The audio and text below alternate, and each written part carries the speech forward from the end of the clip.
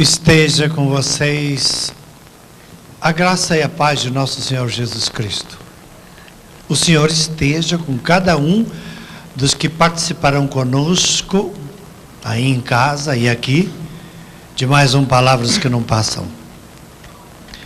É um programa que não tem todas as respostas, nem todas as perguntas, mas trabalha em cima de algumas que possam ajudar a nossa catequese. Estamos começando? Com a graça de Deus, mais um Palavras que Não Passam. E o nosso tema de hoje é lares desfeitos. Assunto gravíssimo, sério. E os que pensam que a igreja não se preocupa por isso, estão enganados. A igreja tem uma pastoral das segundas uniões, por entender que às vezes não dá mesmo.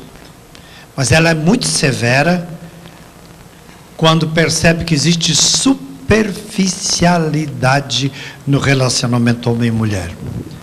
O Papa, no livro O Sal da Terra, num diálogo com o jornalista Peter Zewald, falando sobre sexualidade, disse: a sexualidade forma toda a dimensão corporal do homem, seja homem ou mulher, e por causa disso, precisamente porque é grande, e porque o homem sem ela, sem a sexualidade, não pode amadurecer e não pode vir a ser ele mesmo.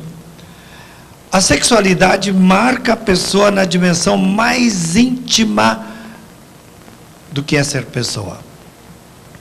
Naturalmente, quando sai da unidade do homem, a sexualidade também pode destruí-lo.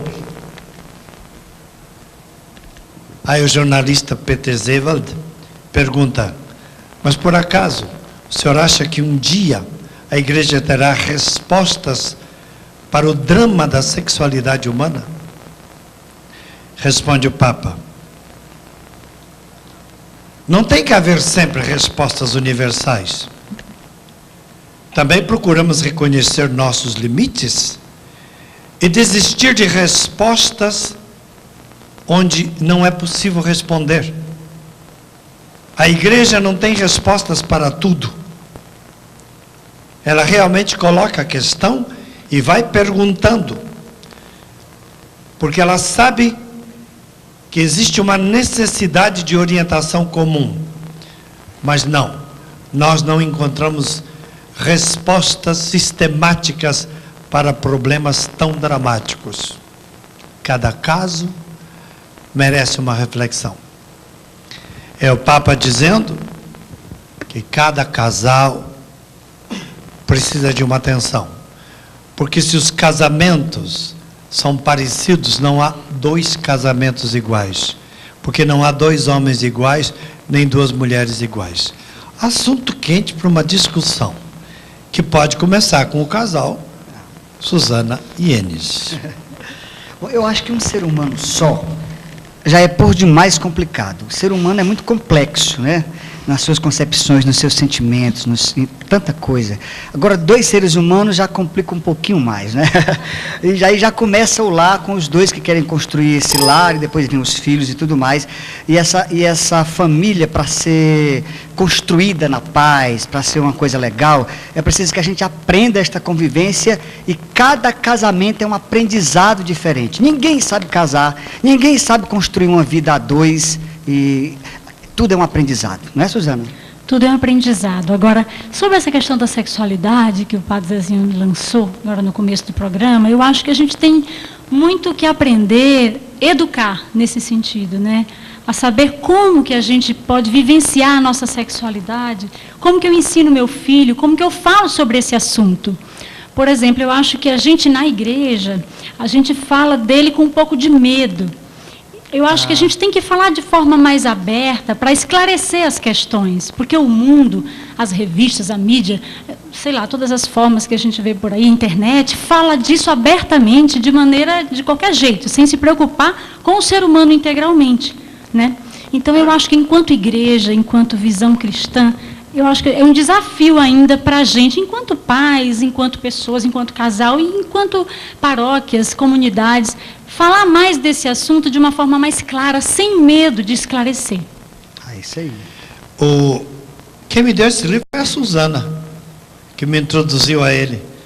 E no capítulo O Melodrama da Diferença, o Jean Baudrillard fala: estamos em plena orgia da descoberta, orgia da exploração, orgia da invenção do outro, orgia de diferenças, proxenetismo bilateral, interfacial, interativo.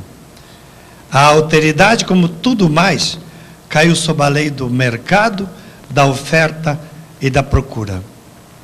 Tornou-se um gênero raro. Onde mais deveria estar, não está.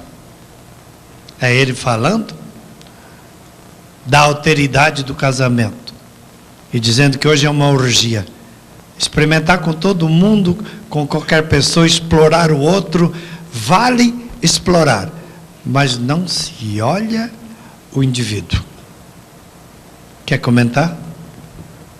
Na maquiagem a gente estava conversando sobre filmes e eu me lembrei, a gente disputando com o outro qual foi o melhor filme que a gente assistiu, e eu me lembrei de um filme do argentino José Campanella. Ele ganhou o Oscar em 2010 com O Segredo dos Seus Olhos. Só que ele fez um filme chamado Filho da Noiva.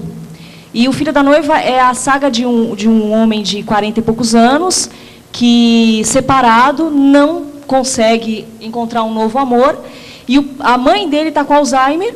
E o pai, que é ateu, resolve casar com ela. E ele tenta convencer o filho de voltar para o seio da família e ajudar a preparar uma festa de casamento. E no final da festa, isso quase já no final do filme, eu vou contar que o mocinho não morreu, quase no final do filme, ele longe, sentado com alguém que eu não me lembro, o personagem estava do lado dele, ele vê o pai e a mãe dançando, a mãe não reconhece o marido na idade, mas sim como se fosse jovem, como se tivesse 17, 18 anos, e de longe ele olha, padre, e fala assim: é como ver o Fred Astaire dançar, que é aquele dançarino famoso americano. Parece tão fácil. Parece tão fácil. É como ver o Michael Jackson para a gente, né, da nossa geração. Dançar parece que é tão fácil amar, parece que é tão fácil conviver, e não é. Talvez por isso a igreja construiu essa pastoral da Segunda União, por perceber que realmente não é fácil amar, não é fácil conviver. Isso não está desmerecendo o próprio sacramento do matrimônio, mas é reconhecer que o ser humano, ele busca essa plenitude dos rituais e da liturgia católica, os católicos, mas talvez não alcancem, né? É possível não alcançar. E eu me lembrei de um artigo do senhor falando que nem todo sonho é possível. Nem todo sonho é possível. E a gente tem que lidar com o limite. Às vezes a gente não consegue. Às vezes a gente fracassa. Mário? Eu acho essa beleza, essa sensibilidade que a igreja teve de se preocupar com os casais em segunda união muito bem-vinda, porque muito tempo, durante muitos anos ou décadas, foi se esquecida essa parte da população católica. Ficaram meio que jogados ao relento. Não participavam, não se sentiam felizes com os seus cônjuges, separaram-se, não se sentiam acolhidos pela comunidade, porque não podiam participar das suas celebrações eucarísticas, enfim, não se sentiam completos. E agora a igreja, com essa preocupação, eu acho que é por demais bela e necessária. E a gente precisa conhecer um pouco melhor isso para poder também atuar e agir de maneira condizente com aquilo que a igreja pretende. Não vai resolver o problema deles totalmente como eles gostariam, mas vai ser uma aproximação para entender o drama deles. Porque ninguém casa com a intenção de se separar. Quando acontece o conflito, dói para ele, dói para ela, e eles percebem que há uma dor maior ainda quando a igreja os rejeita. Mas não é que eu quis acabar meu casamento, eu não tive força para segurá-lo. Aí a esposa diz: mas eu não causei essa separação, e agora eu sou punida? Foi ele que causou. Como é que fica a minha situação? Então a igreja tem buscado um diálogo nessa linha. Até porque muitos casamentos de fato não valeram, se for olhar a raiz. E hoje, com o avanço da psicologia, da moderna psicologia, que olha as motivações e os porquês dos comportamentos, Muita coisa que foi chamada casamento no passado não era. E ainda hoje, muitas uniões não são matrimônio, porque os dois não estavam aptos para dizer o sim. Disseram, mas não estavam aptos. E quando descobriram, já era tarde. Então a igreja está buscando um diálogo com os lares desfeitos e os lares refeitos. E as crianças e os adolescentes têm muito a dizer sobre isso. Porque onde mais dói quando pai e mãe se separam é no coração da criança e do adolescente. Eu quero mais comentários sobre isso. Alguém fala? Doutor. Eu considero o casal como um rádio, vamos dizer assim, bem sintonizado, né? Na verdade, quando as pessoas se casam, elas são diferentes, e nem por isso não é necessário a mulher mudar o homem, nem o homem mudar a mulher nesse sentido. Mas, assim, tem que existir uma sintonia, né? Uma sintonia em que, muitas vezes, depois de determinado, a gente comentou isso, comentei muito com a minha esposa sobre isso, depois de um determinado tempo, depois de 10 anos de casado, a gente já consegue entender, conversar, sem precisar falar, né? Só para olhar para a pessoa, a gente consegue entender. E sempre aceitando o que o outro tem a dizer na frente dos filhos. É muito importante também. Acho que esse assunto é bom e deve ser continuado. Na segunda parte vamos falar, mas uma cançãozinha poderia ir bem. Me dá um Fá aí. Um lar foi desfeito. É do meu próximo CD. Já saiu. Um lar foi desfeito.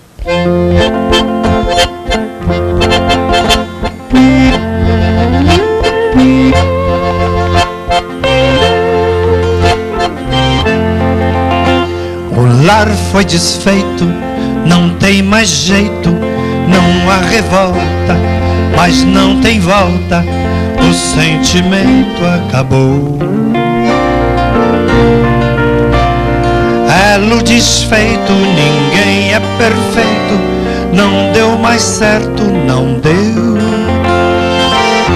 Quem não era feliz foi buscar um outro alguém para amar. Dores do ser, dor de viver, são as dores do amor.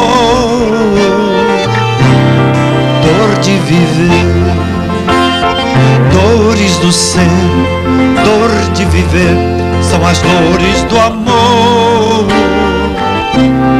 Dor de viver, dor conjugal e segundas uniões, milhares de razões, milhões de opiniões, mas um lar foi desfeito e está doendo em alguém. Mas um lar foi desfeito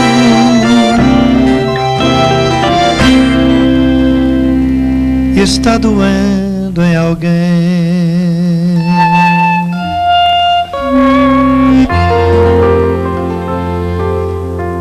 A gente volta.